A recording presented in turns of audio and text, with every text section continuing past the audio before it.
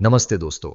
आज हम सबसे कम समय में बौद्ध धर्म के सारे टॉपिक क्लियर करेंगे जो कभी ना कभी एग्जाम में पूछे गए हैं। और हाँ, इस बार हम आपको सबसे आसान तरीके से बताएंगे जो केवल आप नोट्स देखकर सबसे फास्ट रिवीजन कर सकते हैं। तो चलिए शुरू करते हैं। बौद्ध धर्म का परिचय। बौद्ध धर्म के संस्थापक गौतम बुद्ध को एशिया का ज्योतिपुंज या लाइट ऑफ एशिया कहा जाता है।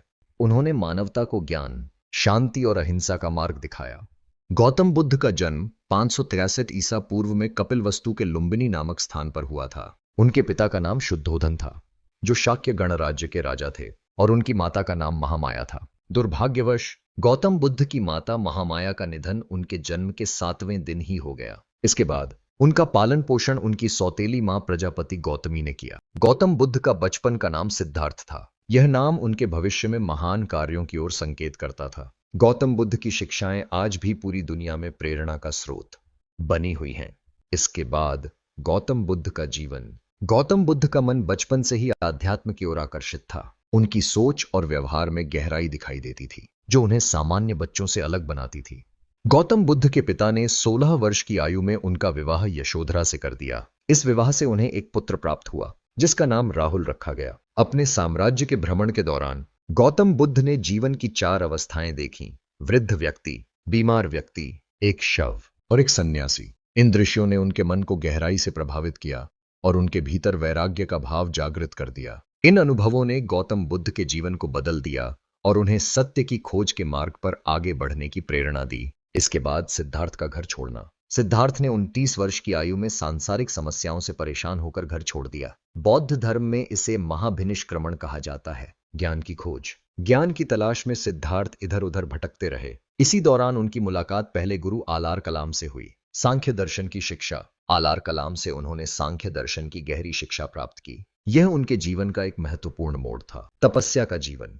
इसके बाद महात्मा बुद्ध ने अपने 5 मित्रों के साथ सारनाथ के जंगल में कई वर्षों तक कठोर तपस्या की। ज्ञान की ओर कदम। तपस्या के बाद महात्मा बुद्ध ने ज्ञान की प्राप्ति के लिए अपने अगले चरण की ओर प्रस्थान किया। इसके बाद ज्ञान की प्राप्ति। कठोर तपस्या के बाद 35 वर्ष की आयु में वैशाख पूर्णिमा की रात निरंजना नदी के किनारे पीपल वृक्ष के नीचे सिद्धार्थ को ज्ञान की प्राप्ति हुई। ज्ञान प्राप्ति के बाद सिद्धार्थ बुद्ध के नाम से प्रसिद्ध हुए और वह स्थान बोधगया कहलाया। बुद्ध ने अपना पहला उपदेश सारनाथ में दिया। इसे बौद्ध ग्रंथों में धर्म चक्र प्रवर्तन कहा गया। अपने उपदेशों को सरल और सभी के लिए समझने योग्य बनाने के लिए बुद्ध ने यह उपदेश पाली भाषा में दिया। बुद्ध ने अपने अधिकतर उपदेश कौशल देश की राजधानी श्रावस्ती में दिए। यह स्थान बौद्ध धर्म के इतिहास में एक महत्वपूर्ण केंद्र है। इसके बाद 4 आर्य सत्य का परिचय। महात्मा बुद्ध ने जीवन के 4 महत्वपूर्ण सत्य बताए, जिन्हें 4 आर्य सत्य कहा गया। ये सत्य जीवन के दुखों और उनके समाधान की ओर हमारा मार्गदर्शन करते हैं।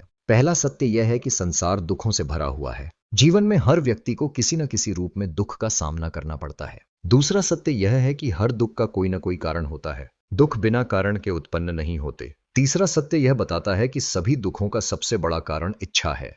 इच्छाएं ही दुखों की जड़ हैं। और चौथा सत्य यह है कि इच्छाओं पर नियंत्रण करके दुखों से छुटकारा पाया जा सकता है। यही मुक्ति का मार्ग है। त्रिरत्न का परिचय। बौद्ध धर्म के 3 मुख्य आधार हैं, जिन्हें त्रिरत्न कहा जाता है। पहला, बुद्ध, जो ज्ञान प्राप्त करने वाले हैं। दूसरा, संघ, जो बौद्ध अनुयायियों का समुदाय है। और तीसरा, धम्म, जो बुद्ध के उपदेशों पर आधारित है। महात्मा बुद्ध के अनुयायी। महात्मा बुद्ध के प्रमुख अनुयायी थे बिंबिसार, प्रसेनजित और उदयन। बुद्ध के अनुयायियों को 2 भागों में विभाजित किया गया था। पहला भाग है भिक्षुक। भिक्षुक वे थे जिन्होंने बौद्ध धर्म का प्रचार करने के लिए संन्यास ग्रहण किया। बौद्ध संघ में शामिल होने के लिए न्यूनतम आयु सीमा 15 वर्ष निर्धारित थी। दूसरा भाग है उपासक। उपासक वे लोग थे जिन्होंने गृहस्थ जीवन जीते हुए बौद्ध धर्म को अपनाया। इस प्रकार महात्मा बुद्ध के अनुयायियों ने अपने अपने तरीके से धर्म का पालन और प्रचार किया। इसके बाद बुद्ध के जीवन से जुड़े बौद्ध धर्म के प्रतीकों को समझें। जन्म का प्रतीक है कमल और सांड। गृहत्याग का प्रतीक है घोड़ा। ज्ञान प्राप्ति का प्रतीक है पीपल का वृक्ष, जिसे बोधि वृक्ष भी कहा जाता है। निर्वाण का प्रतीक है पद चिन्ह और मृत्यु का प्रतीक है स्तूप। महात्मा बुद्ध का निधन 483 ईसा पूर्व कुशीनगर में हुआ, जिसे बौद्ध धर्म में महापरिनिर्वाण कहा गया। उनकी अस्थियों को भारत के 8 प्रमुख स्थानों पर स्तूपों में रखा गया। इनमें सबसे बड़ा और प्रसिद्ध है सांची का स्तूप। इसके बाद महात्मा बुद्ध की मृत्यु के बाद बौद्ध धर्म के प्रचार और प्रसार के लिए 4 महत्वपूर्ण बौद्ध संगीति आयोजित की गईं। प्रथम संगीति 483 ईसा पूर्व में राजगीर में आयोजित की गई। इसे राजा अजातशत्रु ने आयोजित किया और इसके पुरोहित थे महाकश्यप। द्वितीय संगीति 383 ईसा पूर्व में वैशाली में आयोजित हुई। इसका आयोजन राजा कालाशोक ने किया और इसके पुरोहित थे सबाकामी। तृतीय संगीति 255 ईसा पूर्व में पाटलिपुत्र में हुई। इसे सम्राट अशोक ने आयोजित किया और इसके पुरोहित थे मोगलिपुत्र तिस। चतुर्थ संगीति प्रथम शताब्दी में कुंडलवन में आयोजित की गई। यह राजा कनिष्क के संरक्षण में हुई। इसके अध्यक्ष थे वसुमित्र और उपाध्यक्ष थे अश्वघोष। इन 4 संगतियों ने बौद्ध धर्म के प्रचार में महत्वपूर्ण योगदान दिया। हम जितने भी टॉपिक पढ़ रहे हैं इन सबसे रिलेटेड प्रश्न आते हैं।